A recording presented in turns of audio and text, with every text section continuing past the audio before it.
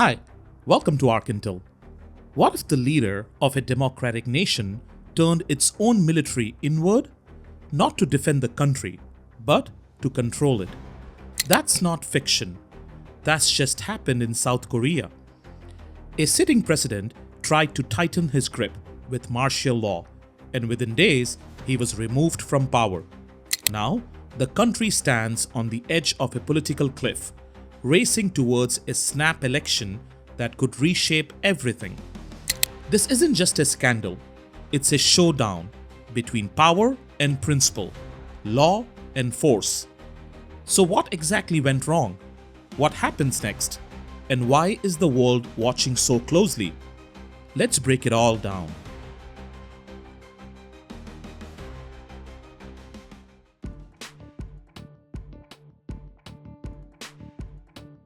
It all started on a cold December night. President Yoon Suk-yeol, barely 2 years into his term, announced something no modern South Korean leader had dared: the reintroduction of martial law. The last time that happened was 4 decades ago under military rule. His attempt was swiftly met with resistance. Lawmakers gathered, countered the order, and within 6 hours, public outrage and mass mobilization forced him to withdraw the declaration. But the damage was done. 10 days later, the National Assembly voted to suspend Yoon. The case went to South Korea's highest court, and after 4 months of political chaos, public demonstrations, and legal review, the verdict was unanimous. 8 justices, 0 dissent. The court ruled that Yoon had violated the nation's democratic foundation, misused the armed forces, and seriously jeopardized constitutional order. According to the court's Chief Justice, his actions were an assault on the rule of law itself. Yoon, once a celebrated prosecutor and political newcomer who only joined the race in 2021 and won in 2022, was now officially out of office.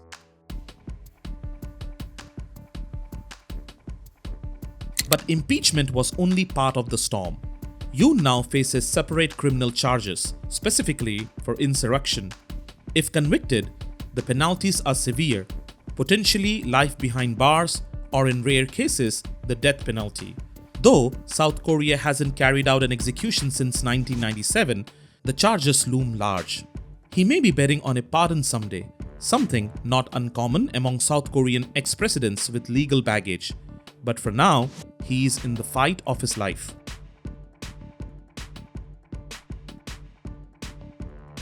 With the presidency vacant, the country has scheduled a snap election for June 3rd.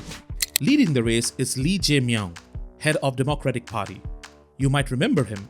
He lost to Yoon in 2022 by the slimmest margin in South Korea electoral history. But since then, he's only grown stronger. In 2023, he went on a 24-day hunger strike against Yoon's agenda. In early 2024, he guided his party to a major win in the legislative elections. And when martial law was briefly enacted, Lee went viral for scaling the National Assembly fence live on camera to defy military restrictions. But his path is far from clear. Lee has faced numerous legal battles. He was recently cleared of a charge that could have disqualified him from running itself. But 4 more trials are pending, including one tied to alleged bribery. Those cases could disqualify him, but they are unlikely to wrap up before the vote.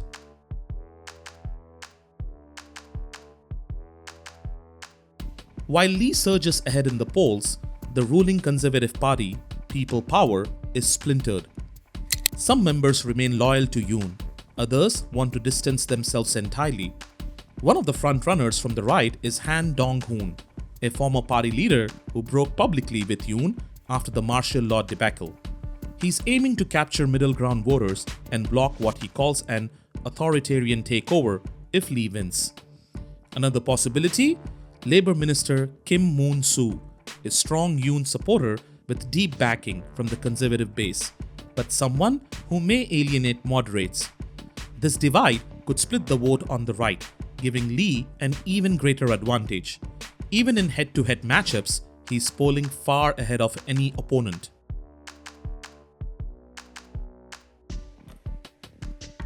The next president won't have time to ease in. They'll inherit a country facing immediate challenges, rising tensions with North Korea, a fragile economy exposed to global trade shocks, and months of policy paralysis following Yoon's suspension. With Trump's return stirring uncertainty in global markets, South Korea's export-heavy industries could come under pressure again. The new leader will need to act fast to protect economic momentum. But perhaps the toughest obstacle is internal. The political divide runs deep, and while Lee's victory would unify party control across government, that doesn't guarantee peace. If anything, it risks intensifying backlash from those who see the system as stacked. The road ahead is unstable, but only a rare chance to reset the country's political direction if the next president can seize it. South Korea isn't just voting, it's choosing a direction, one that could redefine its politics, its economy, and its place in the world. June 3rd isn't just a date, it's a pressure point, and what happens that day could echo far beyond its borders. This isn't just an election, it's the aftershock of a presidency gone too far, and the world will be watching. If you found this video insightful, make sure to check out the video.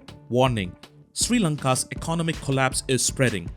In this video, we uncover the hidden truths about Sri Lanka's financial collapse, the policies that led to disaster, and why the country is still on the brink of collapse. Click the video to watch now.